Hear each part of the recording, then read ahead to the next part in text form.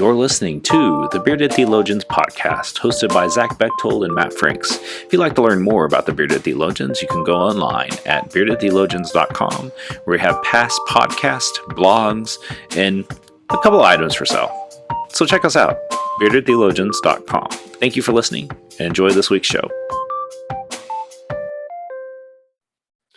You're listening to the Bearded Theologians podcast, hosted by Matt Franks and Zach Bechtold. And today we have a very special guest with us. We have Dr. Jeremy Garber, who is the Director of Student Services and the Writing Center at Methodist Theological School in Ohio. Jeremy, great to have you on. Thanks for being here. Yeah, thanks, Matt and Zach, for having me. Yeah, super glad to have you here. I met you in my days at Iliff, where you were just a wonderful human being and one of my favorite professors, and overall became it really became my favorite Mennonite on the planet. So glad to have you here with us. Would you tell our listeners a little bit about yourself? You know, who you are, what you do, and yeah. So I, like Matt said, grew up in kind of progressive Mennonite circles. So I get to use a computer and drive a car. Although my grandmother grew up Amish, and she actually left the church because her parents wanted them to be able to go to high school. So we've kind of gone the route of farm to PhD in 3 generations. Wow. But I did my undergrad in theater at Goshen College, which was a Mennonite college, and then got my Master of Divinity at the Anabaptist Mennonite Biblical Seminary.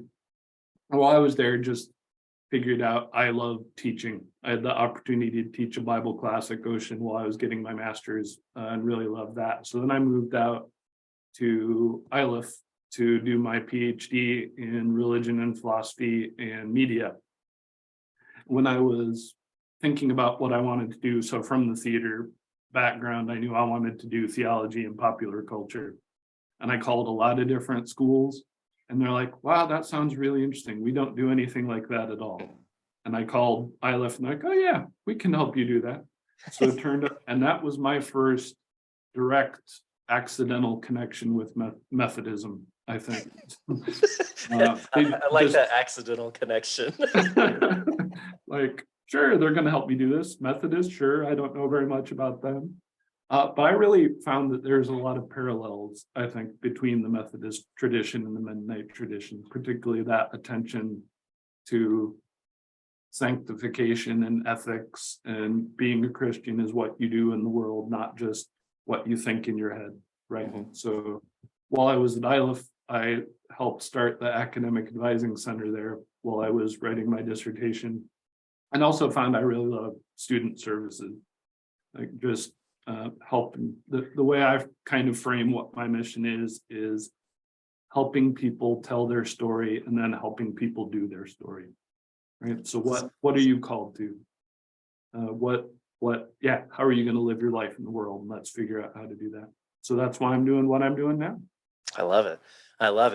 Well, we're right smack in the middle of just a series on the Lord's Prayer, and in my experience with you as a professor, and just being around you and how you think, I wanted to get your perspective on the Lord's Prayer, and have your voice in on that. And so we'll just let you run with it.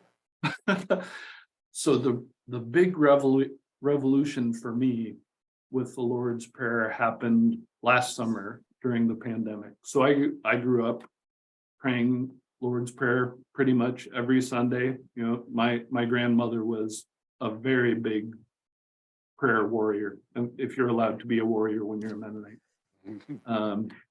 But I saw her model, like, getting up in the morning every day, and we were staying with her. We'd come down the staircase and she'd be there with her Bible and her journal, just thinking about things and doing her prayer requests.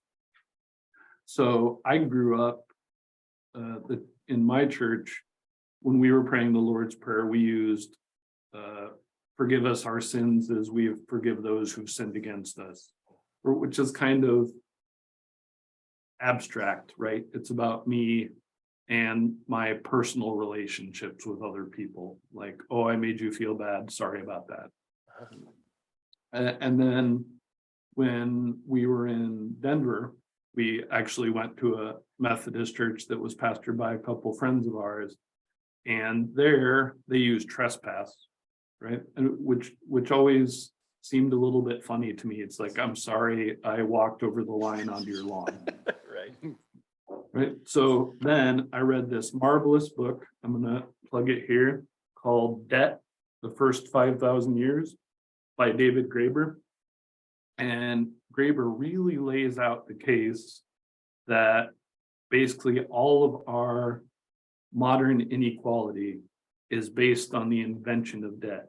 And that it's an invention, right? It starts happening when agriculture starts, when we have surplus and some people start to keep things and force other people to rely on them. Right?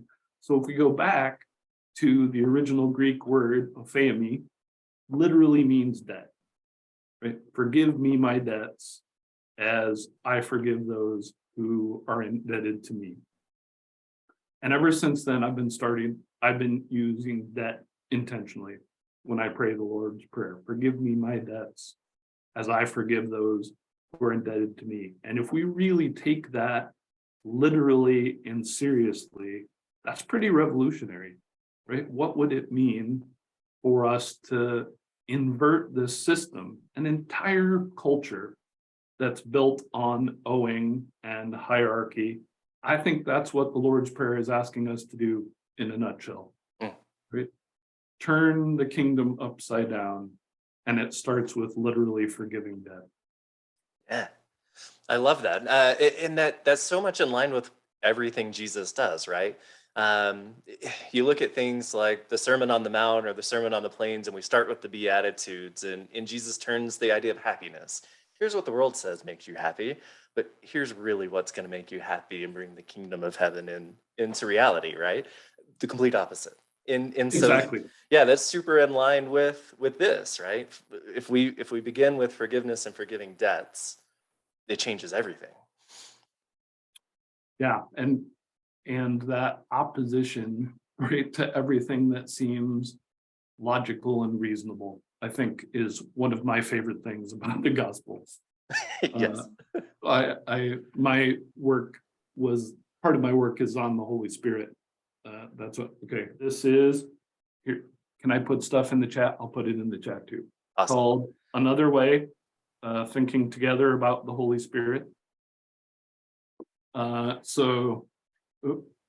when you look at how the Spirit works, going back to example of when the people get together and ask Samuel to make them a king, right? He's like, look, if you do this, you will be indebted. Literally, that's Samuel's basic warning. He's like, he's going to tax the heck out of you. He's going to take your kids. He's going to take your land. He's going to take your stuff.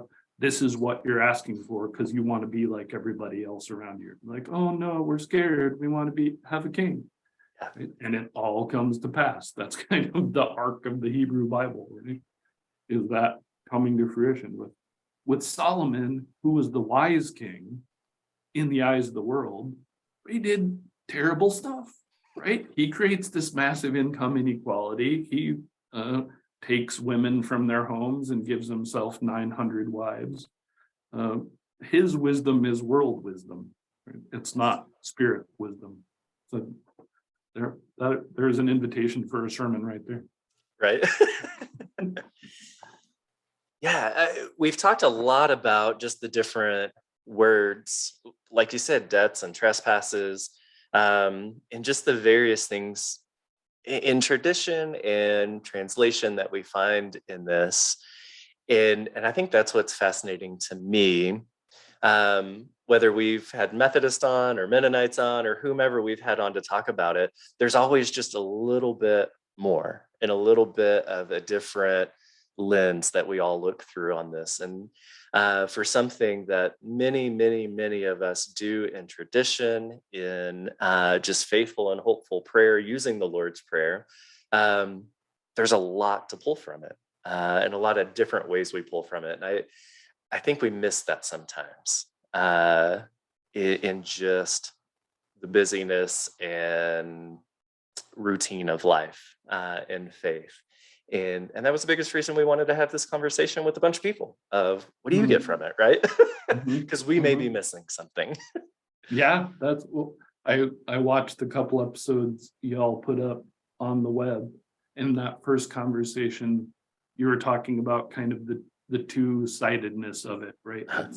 It's comfortable, it's familiar, it gives us something to say when we don't have anything to say. Right. But the flip side of that is we can just rattle it off without ever considering the meaning. Right. Well, and I think that's where like like in my congregational work and some of the stuff that I've done, it's always interesting when you ask that question, like, what does this mean to you? And like people never really stop to think about the implications of this prayer. And like I grew up around debts and debtors and trespasses and I've always found that interesting that like when people get so fermented on like, no, it's trespasses. And I'm like, really? Like, are you sure about that? Because, there's other traditions that say it's debts and debtors. And I always find that interesting that when people start really unpacking this prayer, that they start to really kind of really understand that countercultureness of the prayer, but then also like what this prayer could really mean for them, in their daily walk. I would be intrigued, like how, like, as you grew up with this prayer, like you had said, like what kind of things has it shaped for you as you think of, not just the debts, but what are some other things that come out for you? I think the other big piece of it, we were kind of talking about that ethics strain in the Mennonite church particularly. And I'll say up front, we can often be, this is what Methodists bring. I think that's nice. Mennonites can often focus so much on the ethics and the guilt that we forget about the grace. Right. So the part that I think shaped a lot of the way I've been a Christian is thy kingdom come on earth as it is in heaven.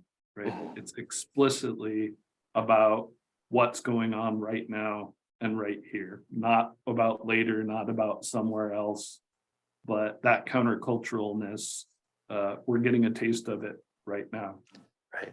So at its worst, or at least most challenging, I think the Lord's Prayer for me has been a push to be less comfortable than I am. But at its best, it comforts me in knowing that I'm doing what I can. Right. Right. Forgive us our debts too. Whoops. My definition of sin has always been the human inevitability to screw up despite our best intentions. Right. We try and get it right, but we're never going to be perfect. So giving me the grace for me to trip and God to say, hey, don't worry about it. Get back up and let's try again together. Is implicit in all of that, in the Lord's Prayer specifically. Yeah. In the same breath of let me offer that same grace to the people around me, right? Not only am I going to trip and mess up and God's going to be there to pick me up with grace, but let us offer that same grace to the people around us. And I think you're right. I think it offers that great bit of challenge to not only, oh, hey, here's where we are in all of this, but here's where everybody else is too. And I don't know. I find that maybe we as Christians sometimes have a really hard time with that. And I don't know, maybe we've just seen so much in the last few years where not a lot of grace has been offered. And it's been very short-sighted. Yeah, but by everybody, right? Yes. Yeah, by everybody. It seems like the United States is divided into two camps now, right? If you figure out somebody's opinion on one thing, you can figure out their opinion on everything. Right. And then you can decide whether they're on your team or off your team. Right. And look at what's going on with the UMC right now. Yep. That same kind of us versus them. And if anything, the Lord's Prayer is not an us versus them prayer. Correct. Yeah. It's we're all in this together, and we better act that way. Or it's not even better, right? But it's so much nicer if we act that way. Right. Just do it this way, like Jesus said, right? It's so easy. Well, and I like your kind of hit on the reality of the kingdom being here now. Oh, gosh, yeah. I think far too often, especially, I'm coming from Oklahoma, we spend too much time talking about heaven and like getting into heaven that like we forget that there's work to do here now. I've always been kind of taught, like as Methodists, like we're more worried about the work here now than we are what's going to happen after we're done, and that we are moving towards in perfection, and not moving towards imperfection, but moving into perfection. Let me clear that up a little bit. Some people may be, but we could. That's a whole other podcast for a whole other time. But I think that far too often Christians can tend to forget that like we have work here to do now, and that the heaven. If we do our job, if we do our part of discipling, we are bringing in heaven to the poor, to those around us, and I think that's been the one thing that's hit me about this prayer more than anything, is that reality of the kingdom here now. And that's just something that's always wrestled with me. Even like this last Sunday when we said it in church, I was like, oh, I needed to hear that. Like I needed to hear that. And I think that that's something that it does get glossed over, and just our experience of it. And not only that, just the monotonous of the prayer and the service seems nobody like. I'm trying to get my congregations to like, hey, pray this prayer. Don't just like pray it like you would pray normal prayer. And I think I think when people start doing that, they'll start seeing some of those things. And that's the nice thing about, right, trying it in other languages or different translations, like the one you had last week, is it just strikes us in a different ear than the words we're using. And the lovely thing, the beautiful thing about it being now is we don't have to wait for heaven. Right. That's the mind blowing. It's here right now. We just reach out and put the glasses on, get a little taste of it. Right. It's right there. Right there. Why would you not want to do that? Yeah. I think that's my favorite thing about really just Jesus when he talks about the kingdom of heaven here and now in all of the variety of ways. And then again, like both of you struck in that, it's here in this prayer that we do that's really ingrained in a lot of our tradition and just practice. We say it, but it's remembering, oh no, he meant it here now, right? Yeah. There's work to be done here and now, but we also get to enjoy it here and now. And it's not this far off thing that we have to wait till death for. No, I think that, I'm deeply struck by that often. Just thinking about now, I don't have my Greek with me, but I wonder what that word forever at the end is translated. I wonder if that's a time forever or if it's a timeless forever. Yours is the kingdom and the power and the glory all the time, right? Outside of time, outside of space. It's just there. And if we acknowledge that, how does that shape our everyday life differently?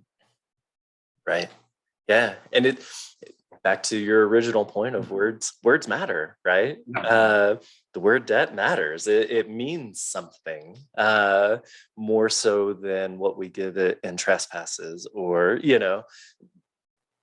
that wordplay is vital and can be life-giving to the text and to us as we live into the prayer. I'm going to go do a little Greek research later. Nice. Because now I'm curious. Well, and what would it be like maybe to intentionally cycle the different words through with our congregations? If we do sin, if we do debt, and we do trespasses, and think about how that hits us differently every time. Yeah, Yeah, that was something. I think this is going to be something I do for Lent, is to look at it, and that was actually kind of going to be my plan. Is that each week we would do a different one. Not only that, just in the Methodist tradition, there's a couple of different ones. Like if you look in the back of the hymnal, there's a few different ones that uses debts, and like have that honest conversation about that.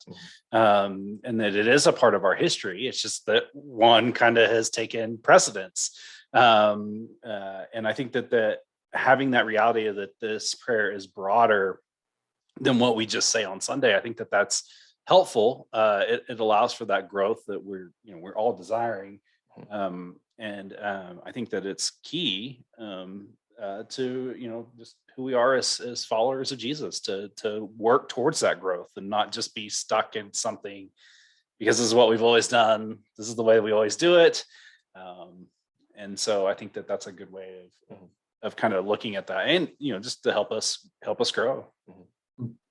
And I don't think I said this, but every morning my prayer practice is first of all to play Xbox for an hour while I wake up and Nice. drink my coffee. But then I have my meditation, my prayer time. At the end of it, I always do the Lord's Prayer every morning before my day starts, just to get me in that place of looking for the kingdom. Nice. I love that. No, I think that all brings it into that meaning of, I remember getting up and walking downstairs and seeing my grandmother sitting with her Bible, praying this prayer, right?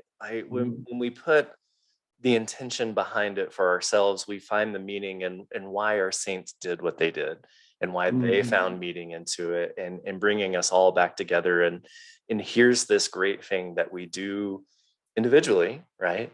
But it's also such a communal thing, such a communal prayer, and just space to occupy and be in, to center ourselves, to be present with, the cloud of witnesses, right? With those who have gone before us and that are with us. And that's, I think there's something really beautiful there when we remember that. And it becomes less of a prayer, not less of a prayer, but it becomes less about the prayer and more of, here's the thing we do together. Because those folks are in that kingdom space too. Yep. Right? Yeah. The eternal space that's outside time. Oh, I just got goosebumps. I know, I love it. I love it so much. Well, Jeremy, is there anything else any more wisdom you want to impart on us? Anything else? Any final words? Any more plugs? We love plugs. It's been lovely to hang out and talk. And I ask my encouragement for all the folks listening is go out into your communities, whatever those might be, and think about what it might mean to actually forgive debts. Think about student loan debt, think about medical debt, think about credit card debt. How can you as a community help forgive those debts literally, so we can have a little bit more kingdom in our communities together? Love it. I also think he wins the award for the first time of actually tapping back to a previous episode. I don't think that's ever happened before in the 6 years. So I think we got to get him a little trophy or something. That's right.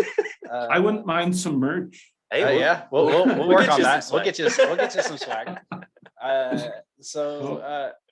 We thank you for being on today, Jeremy, and you're always welcome to come back anytime. If you've got another book coming out, definitely let us plug it for you. And we tend to have a good bump for people. Nice.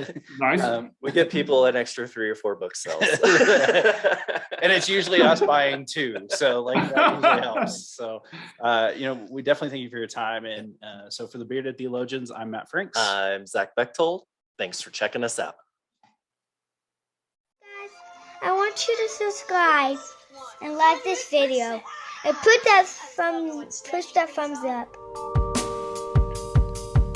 Thank you for listening to the Bearded Theologians podcast. Don't forget to like, subscribe, and share on all social media outlets. You can check out old episodes and more information at beardedtheologians.com. Thanks for checking us out.